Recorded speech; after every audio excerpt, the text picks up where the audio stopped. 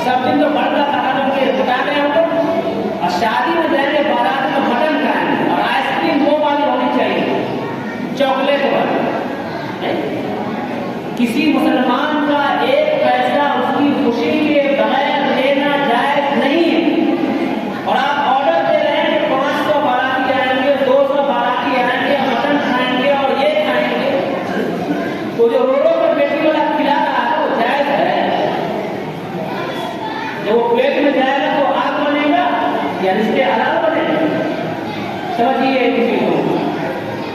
जमात शरीयत आपके दिल पर हाथ रखकर ये कहती है, मेरे शरीयत आपसे मुतालबा करते हैं कि अगर आप मुसलमान हैं, अगर आप अल्लाह की शरीयत के मानने वाले, अगर आप रसूलुल्लाह के पैरोकार हैं, तो आपको ये तय करना चाहिए कि हिंदुआना रस्में, ये गैर मजहबी रस्में हमारे समाज में अगर आई तो हम मुस्लिम हैं, हमें अपने समाज को जुल्म से पाक करना चाहिए। अगर ये तय नहीं किया गया तो हमारी नस्लों का क्या होगा ये हम नहीं जानते।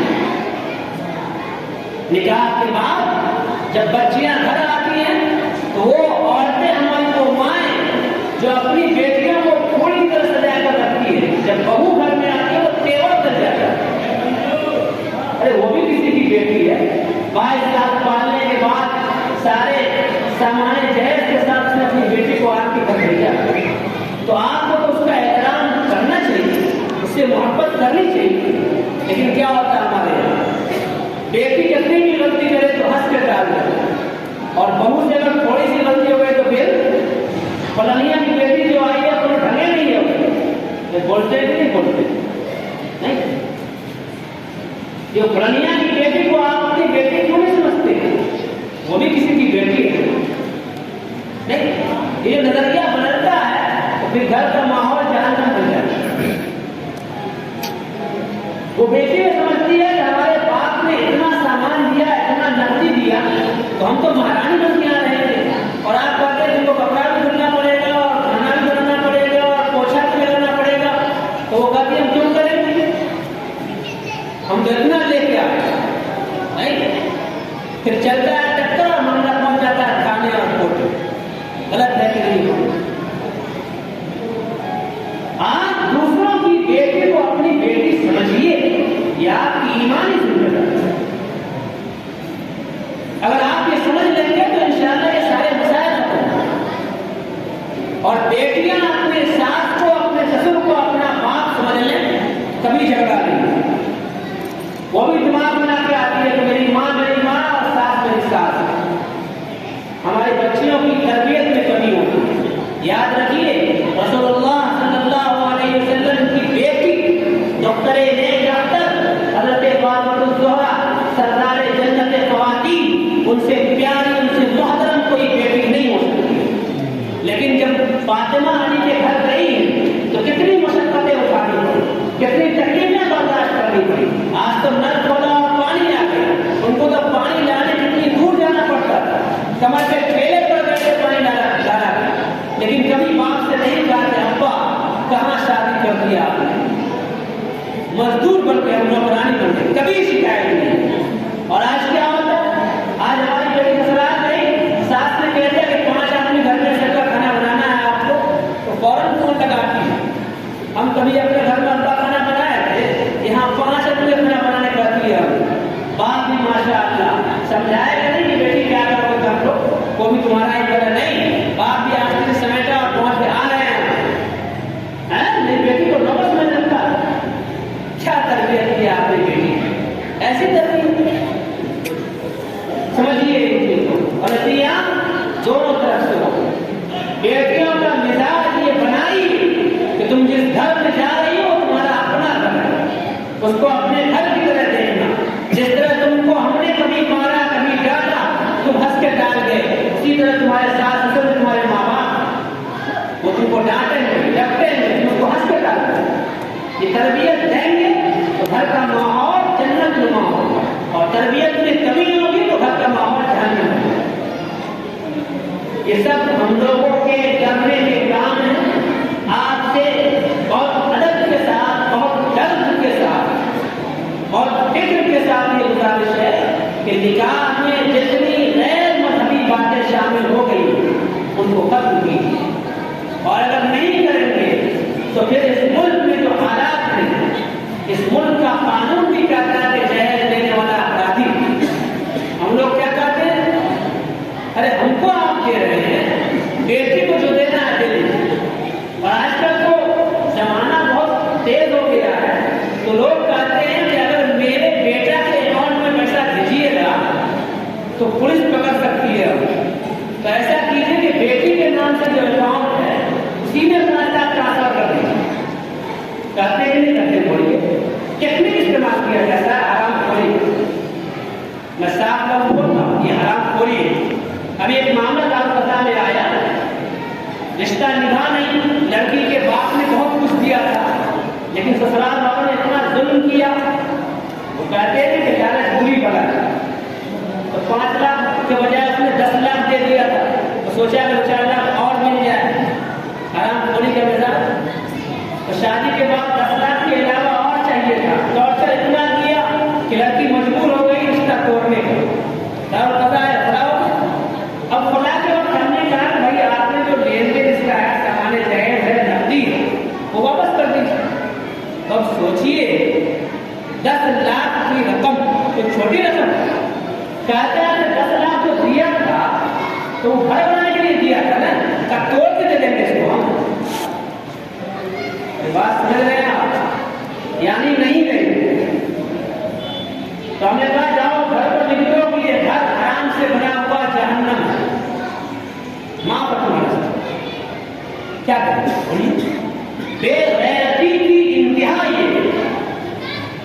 अल्लाह के यहाँ से लोगों को हाजिर देखो ना, अब हसीबतुम अन्नमा खलक़नाकुम अबसन व अन्नकुम इलैना ला तुरजऊन। ऐ मुसलमानों, ऐ ईमान वालों, तुम क्या समझते हो हमने तुमको ऐसे ही पैदा किया, तुमको हमारे पास लौट कर नहीं आना, और फिर तुम्हारे किए हुए हर पल का हिसाब तुमसे।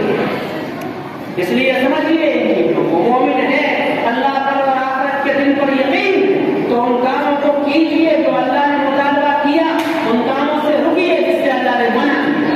और अगर ऐसा नहीं करेंगे तो दुनिया भी तबाह होगी और आखिरत तो बर्बाद होगी। अल्लाह ताला हमें भी और आपको भी अपने पैगामात पर, अपने अहकामात पर, अपनी मर्ज़ियात पर चलने की तौफीक दे, जब तक जिंदा रखे शरीयत के साथ, सुन्नत के साथ जिंदा रखे, और जब मौत दे तो हमारा खात्मा ईमान पर फरमाए। एक आखिरी बात कहकर अपनी बात खत्म करता हूँ। आप यहाँ हमारी बातें सुन रहे हैं और बार बार सुनते रहते हैं, लेकिन हमारी माएँ, हमारी बहनें जो अपने घरों में रहती, उन्हें दीन की बात सुनने का मौका कम मिलता है। आपकी ये जिम्मेदारी है कि अपनी बहनों के लिए, अपनी माँ और बेटियों की इस्लाह के लिए छोटी छोटी मजलिसें कायम कीजिए।